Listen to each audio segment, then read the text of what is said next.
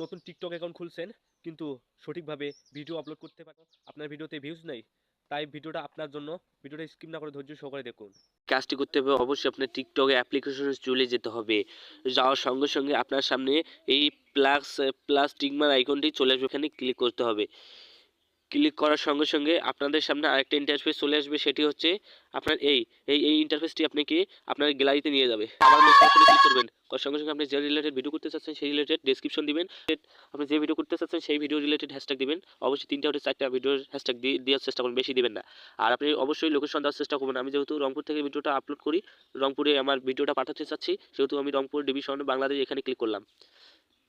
করার সঙ্গে সঙ্গে দেখতেছেন আপনার এরপর গুরুত্বপূর্ণ টিপস হচ্ছে every one can you view this post. অবশ্যই আপনি এভরি ওয়ানটি সিলেক্ট করে রাখবেন, তাহলে সবাই আপনার ভিডিওটি দেখবে। ভিডিওটি যদি ভালো লাগে অবশ্যই আমার টিকটক অ্যাকাউন্টে ইউটিউব চ্যানেলের লিঙ্ক দেওয়া আছে, অবশ্যই চ্যানেলের সাথে যুক্ত হয়ে যাবেন।